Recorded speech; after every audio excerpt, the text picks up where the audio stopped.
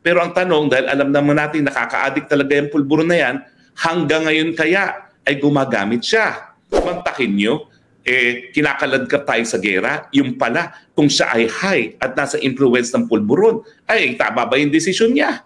Mantakin ninyo, sinusugal niya ang buhay ng mga Pilipino, mamamatay sa isang gera na hindi natin mapagwawagian, yung pala, merong impluensya ng droga ang kanyang pag-iisip.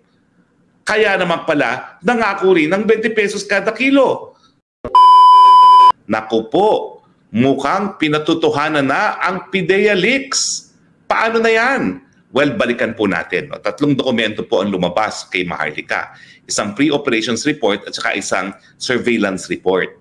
Now, bagamat ito po ay tinakban kung sinong pumirma, ang sabi natin, mapapatutuhanan yung mga dokumentong yan dahil hindi naman sila electronic documents sa pamamagitan lamang ng original at saka yung confirmation ng taong nakaligda na siya nga ang lumagda dyan. Okay, so yung sinasabi ng PIDEA na wala sa computer, baliwala yan kasi hindi naman siya electronic document. Siya ay isang ordinaryong papel na ang proseso ng pagpapatutuhanan limitado sa original at saka yung pagpapatunay ng nalagda nga niya yung nasa papel.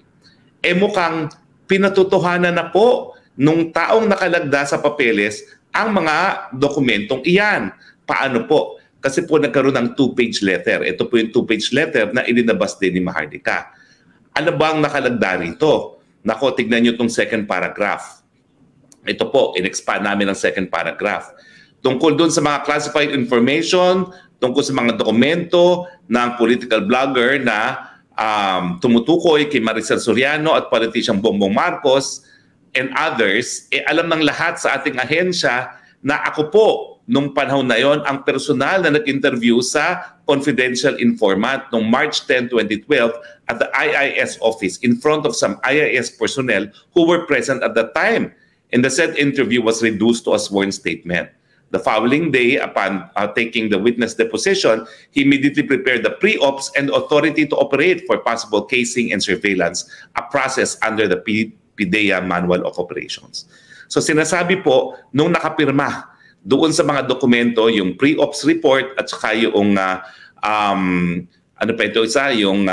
yung surveillance report, na siya daw ang nag-interview sa confidential informant.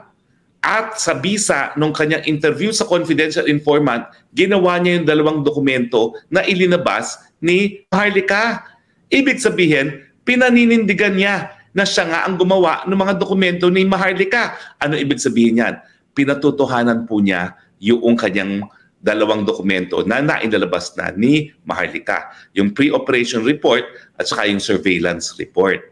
Dito sa pangatlong paragraph, bagamat hindi na po natin na-expand yan, ang sinabi niya dyan, yung pangatlong paragraph ay, bagamat nagawa na yung pre-operation report at saka yung surveillance report, may pumigil nga doon sa pag-actual lusob, no? Doon sa condominium na high-end sa Makati. At pinangalanan niya kung sino yung mataas na opisyalis ng PIDEA. Apparently, isang mataas na opisyalis ng PIDEA ang pumigil doon sa pag-undertake ng actual operation. So ano po ibig sabihin nito? Mukhang dahil nagsulat ng ganito itong gumawa ng pre-operation report at surveillance report, pinatutuhanan po niya na siya nga ang responsable dito sa dokumentong ito. Ibig sabihin, totoo ang mga dokumento na noong 2012 nagkaroon talaga ng ebidensya ang PIDEA sa pamamagitan ng isang confidential informant na gumagamit ng pulburon ang ating presidenteng BBM sa isang high-end condominium sa Makati. Ito ay kinorroborate ni Presidente Duterte nang sinabi niya sa Davao na nakakita siya ng ebidensya galing sa PIDEA na gumagamit at pinagbabawal na gamot ang ating presidente. Ngayong pinatutuhanan na po ng ahente na gumawa ng pre-operation report at yung surveillance report ang mga dokumentong yan, kinakailangan sumagot na si Presidente. Dahil pag hindi siya sumagot, yan po ay pag-amin na sa mga nilalaman ng mga dokumentong yun. Ano ba nilalaman ng mga dokumentong yun? Meron silang informant. na palagi nagpupunta sa isang condominium unit sa Makati itong ating presidente kasamang isang babaeng artista na doon sila tumitira ng pulburon. Mukhang ito'y pinatutuhanan yung paratang ni Presidente Duterte na gumagamit talaga ng pulburon ang ating presidente. Ang tanong, siguro kung nakalipas na yan, pwede naman patawarin ang ating presidente. Pero ang tanong, dahil alam naman natin nakaka-addict talaga yung pulburon na yan, hanggang ngayon kaya ay gumagamit siya.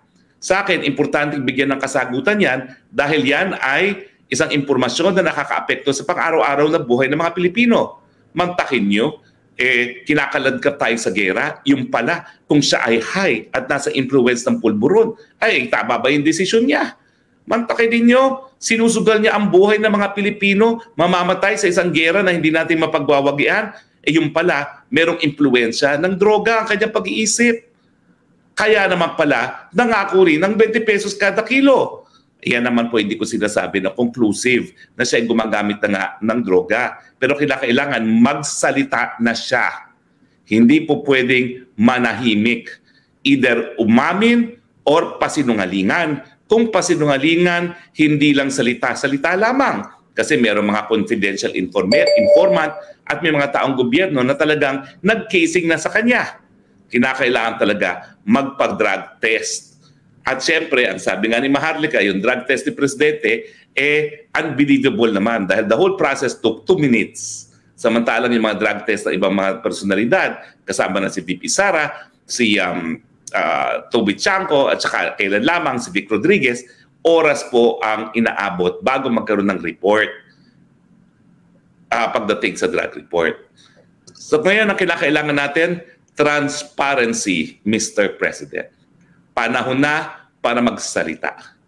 Kung sasabihin nyo naman na hindi na kayo gumagamit ngayon ng pulburon, baka naman kayo, kasi po ang nakasalalay rito ay yung pagtiwala sa inyo ng taong bayan na kayo po ay nasa tamang pag-iisip, paggawa ng mga desisyon na napaka-importante sa taong bayan, lalong-lalo na sa panahon na mukhang ninanais ninyo magkaroon ng gera sa panig ng Pilipinas at ng China.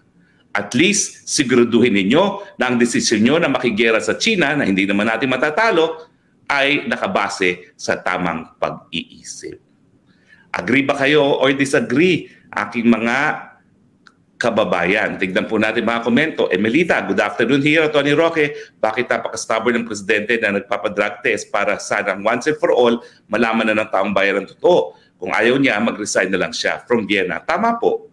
Kung talagang aamin naman siya na gumagamit pa siya at talagang minsan wala siya sa tamang pag-iisip, baka ang pinakamabuting gawin niya ay mag-resign na nga. Dahil hindi naman po pwede tayo makaladkad sa aberya na dahil lamang sa wala siya sa tamang pag-iisip. Boy Waray, baka naman. Have nice day, Atty. Harry. Uso pala dyan sa Pilipinas ang pagbuhay ng mga kaso. Tulad sa kaso ni Pastor, 4 years ago na nabuhay pa.